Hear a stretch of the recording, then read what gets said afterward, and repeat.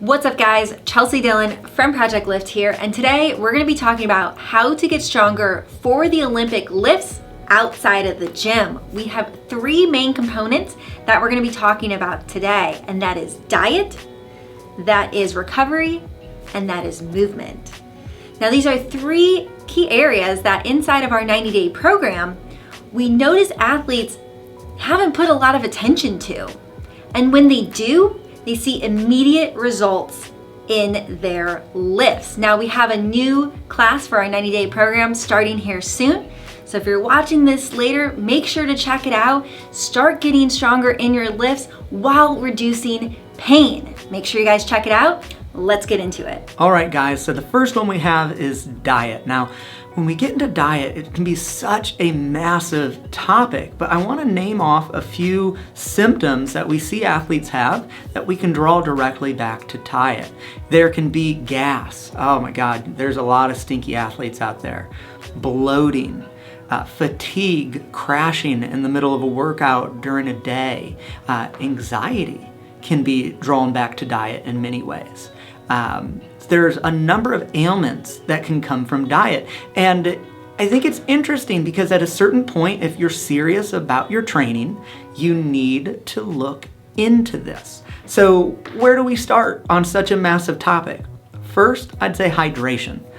Make sure you're getting enough water. At bare minimum, take your body weight in pounds, if you're here in the States with us, and split it in half and get that amount of water in ounces at bare minimum. If it's hot out and you're training hard, get even more than that. So get in the hydration. Every process in our body involves water. We're mostly water. If you take the makeup of what a human is, get the water in. That's an easy step one. Two is be aware of how you feel after you eat. Be present while you're eating. There's, coach said this and it just makes sense to me and sits there, is when you're about to eat, look at what you're about to eat and ask, is my body gonna have an easy time making an eyeball from that? And that comes from Paul Chek. I heard those words from him. And if you think about it, guys, we all know this if we've taken a biology class. We're taking in food and our cells are dying off and recreating over and over and over. If we get into the muscle, you look at that muscle body, it takes about 60 days to be completely brand new. Connective tissue, 212 days to be completely brand new. And if you think of the concept that your body is continually using what it's brought in to create, build your muscles, which is what we want to do, right? Build our bodies, which is what we're working on. We need to be aware of what we're eating. So be aware of how you feel after you eat. This is something I find really fascinating because some athletes will really try to avoid that. Oh, I'm busy. Then don't whine that you're not doing as well as you want to be doing in the gym. So give yourself a moment to tune in, understand what you ate, track that, and then look, well, how'd I feel after eating that?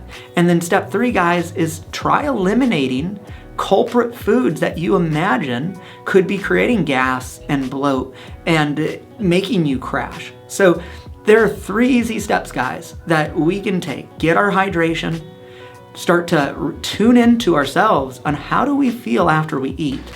And then three, guys, eliminate some culprit foods and see, okay, how do I feel after I've taken those out of my diet?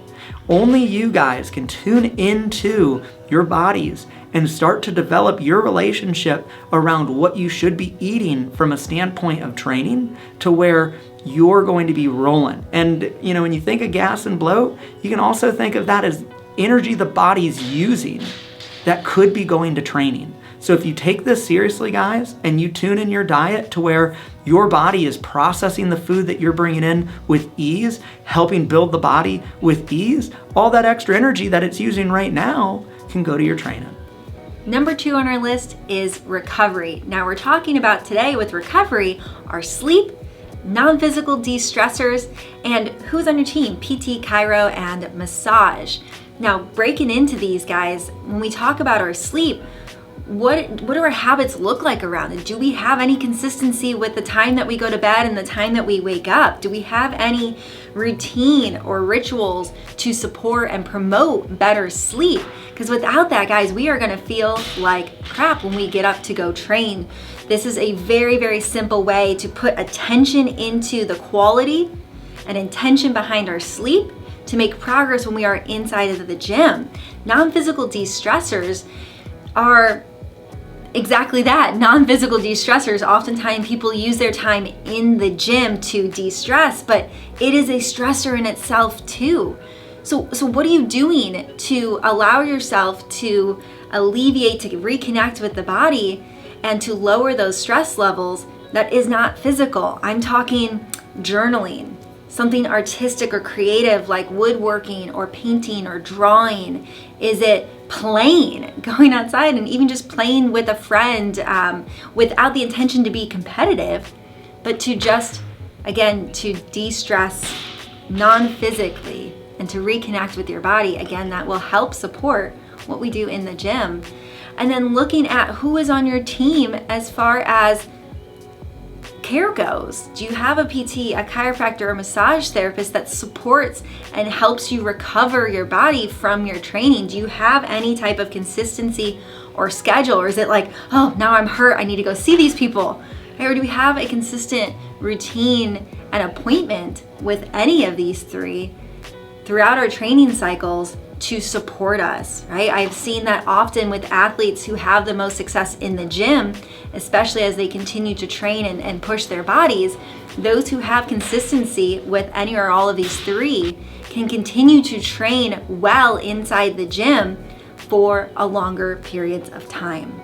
All right, guys, and number 3 is movement. Now, we're talking about how to get stronger outside the gym. There are some movements that we can do outside the gym are gonna promote our time inside the gym. And there's really 2 areas I really wanna highlight, and that is working in and mobility and stretching, right? Which really can all be clumped together in a way depending on how you do it. But the concept of working in comes from Paul Chek, and I really enjoy it because how do we take movement and use it to bring energy into our body? So if you think of our working out in the gym, we're expending energy. Energy is coming out of us. We're using energy. It's a stressor on our system. Can we use movement to promote energy, to bring energy into us? And yes, we can. And I'm sure there have been times where you've experienced this and you may just not have connected with it. One easy area is when you first wake up. If you're making coffee or whatever you're doing and there's a moment where you're standing there for a minute or 2 minutes, try going through just some light motion. Start off with just a few nice air squats, right? And then take it into a few nice RDLs, just nice and slow body weight, right? Go through this in the morning and then spend a minute, 60 seconds. See how you feel. I guarantee you will feel a little bit more perked up, a little bit more awake before you've even had coffee. So guys, taking that concept and applying it to our mobility and to our stretching work, it's all time that we have an opportunity to bring energy back into us, to connect with our bodies, to see how they feel, to see where they are, to open them up. And you could even put this as a portion of what Chelsea mentioned, de-stressing non-physically. Yes, it's movement, but if you're allowing yourself to stretch and focus on your breath and go through just really slow, nice movements, no exertion, you will be promoting and bringing energy in as you open your muscles up, and using that with breath can be very de-stressing. So these can all compile on top of each other. And like we said at the beginning of this video, we see these 3 areas, the second that athletes start to put time into them, they see immediate result in their training. So guys, take these, run with them. I hope they support you. And if they have, share it with a friend, pay it forward, smash that like button, and be sure to subscribe because new videos come out each week.